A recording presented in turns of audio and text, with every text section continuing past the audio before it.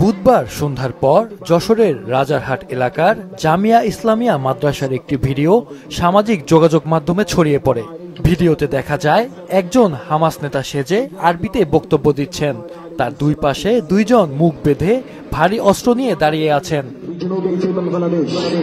ঘটনাটিকে রীতিমতো উদ্বেগজনক বলে মন্তব্য করেছেন অসংখ্য মানুষ। মুহূর্তেই ভিডিওটি বিভিন্ন সামাজিক যোগাযোগ মাধ্যমে ভাইরাল হয়ে যায়। বিষয়টি নিয়ে তোলপাড় শুরু হলে প্রশাসনের নজরে আসলে রাতেই ওই মাদ্রাসায় অভিযান চালায় গোয়েন্দা পুলিশ ও কোতোয়ালি মডেল থানা পুলিশ।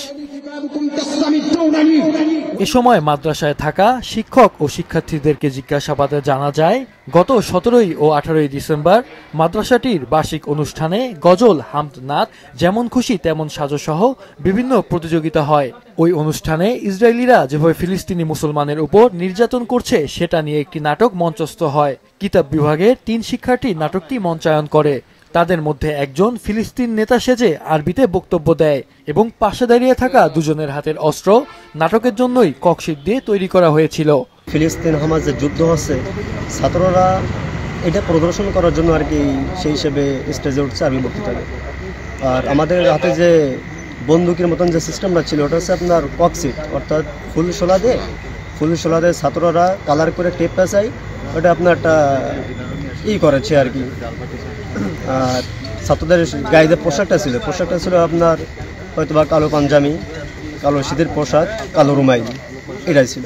যে জিনিসটা ভাইরাল হয়েছে এটা আসলে এখানে এই অস্ত্রই না, এটা আসলে ককশিট দিয়ে বানানো এবং শোলা দিয়ে বানায় তৈরি করে ফিলিস্তিনের একটা করে একটা প্রদর্শনী করা হয়েছে। এটা আসলে কোনো রিয়েল কোনো বিষয় না। বসুন্ধরা টিস্যুতে ছাড়ের ছড়াছড়ি। বসুন্ধরা টিস্যু নিয়ে এলো নিশ্চিত ছাড়। আমাদের যে ছবিটা ছাত্র আরবি বক্তৃতা দিচ্ছিলেন সেটা ওই ভিডিও করে ওটা বর্তমানে এখন নেটে ছাড়া হয়। যেগুলো আমাদের পছন্দনীয় হয়, যে জায়গায় পুরস্কার দেওয়া হয় ভিডিওগুলো দেখে তো সেই হিসাবে ওই ভিডিওটা ছাড়া হয়েছে। যশোরের অতিরিক্ত পুলিশ সুপার জানান, ভিডিওটি মাদ্রাসার বার্ষিক যেমন খুশি তেমন সাজো অনুষ্ঠানের। তারপরেও এ ঘটনায় ভিন্ন কোনো উদ্দেশ্য ছিল কিনা তা তদন্ত করে দেখা হবে। অনুসন্ধানের প্রেক্ষিতে এটা জানতে পারা যায় যশোরের জামিয়া ইসলামিয়া একটি মাদ্রাসা, সেই মাদ্রাসায় গত 17 ডিসেম্বর বার্ষিক প্রতিযোগিতা এবং পুরস্কার বিতরণী অনুষ্ঠান চলছিল। সেই অনুষ্ঠানের প্রতিযোগিতার অংশ হিসেবে এই মাদ্রাসার 3 ছাত্র যারা যেমন খুশি তেমন সাজো এই প্রতিযোগিতার অংশ হিসেবে এটি অভিনয়ে অংশ নেয় এবং পরবর্তীতে ওই মাদ্রাসায় পুলিশ যে সরেজমিনে এই অস্ত্র সদৃশ্য 2টি বস্তু উদ্ধার করে এবং উদ্ধার করে সেটা দেখতে পাওয়া যায় যে এটি ককশিট এবং কাঠের তৈরি একটি খেলনা, অস্ত্র সদৃশ্য 2টি খেলনা।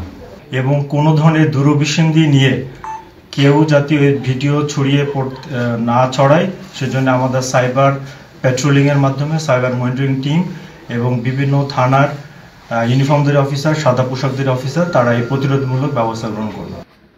মক্তব, হেফজ, কিতাব ও নাজিরা বিভাগ সহ 4টি বিভাগে 450 শিক্ষার্থী পড়াশোনা করে ওই মাদ্রাসায়। মৌখিকভাবে এ ধরনের ঘটনার পুনরাবৃত্তি না করার জন্য মাদ্রাসা কর্তৃপক্ষকে সতর্ক করে দেওয়া হয়েছে। মাহফুজুল হাসান, মাছরাঙা নিউজ ডেস্ক।